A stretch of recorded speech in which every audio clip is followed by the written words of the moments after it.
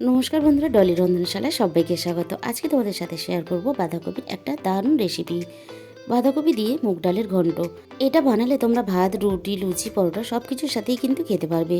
দারুণ টেস্ট হয় এইভাবে বানালে। তাহলে আজকের রেসিপিটা শেষ পর্যন্ত দেখার জন্য অনুরোধ রইল। এখানে আমি প্রয়োজন মতন মুগ ডাল নিয়েছি, আর মুগ ডালটাকে আমি কড়াইয়ের মধ্যে দিয়ে দিলাম। একটু 2 থেকে 3 মিনিট নাড়াচাড়া করে ভেজে নেব। এটা আমি এবার নামিয়ে নেব। কড়াইয়ের মধ্যে আমি দিয়ে দিলাম প্রয়োজন মতো সর্ষের তেল। এবার তেলের মধ্যে ফোড়নে দিয়ে দিলাম গোটা জিরে, আর দিয়ে দিলাম 2টো এলাচ ও দারচিনি, আর দিয়ে দিলাম এখানে শুকনো লঙ্কা কুচি, আর দিয়ে দেবো এখানে তেজপাতা।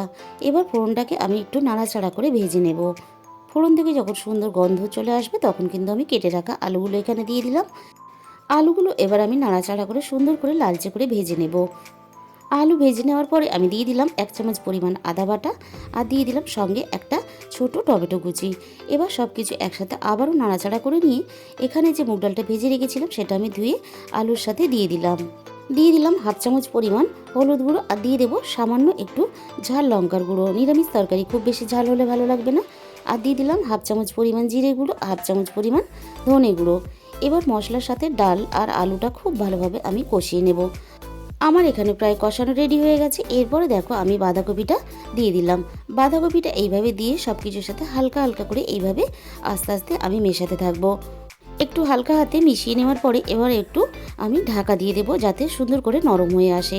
এবার মিনিট 5 পরে ঢাকা খুলে দেখো কত সুন্দরভাবে বাঁধাকপিটা এখানে নরম হয়ে এসেছে। বাঁধাকপিটা খুব সুন্দর করে আমি এখানে নেড়ে চেড়ে খুব ভালোভাবে ভেজে নিলাম। এরপরে দিয়ে দিলাম এখানে স্বাদ মতো লবণ।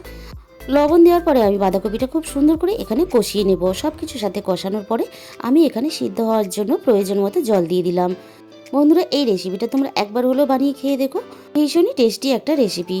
ঢাকা খুলে আমি দেখে নেব সব কিছু কিন্তু এখানে খুব ভালোভাবে সিদ্ধ হয়ে গেছে। নিরামিষ তরকারি, তাই আমি অল্প একটু স্বাদ মতো চিনি ব্যবহার করলাম।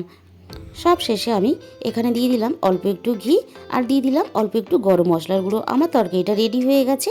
আজকে রেসিপিটা ভালো লাগলে প্লিজ একটা লাইক করে দিও, আর অবশ্যই আমার চ্যানেলটাকে সাবস্ক্রাইব করে পাশে থাকার অনুরোধ রইল।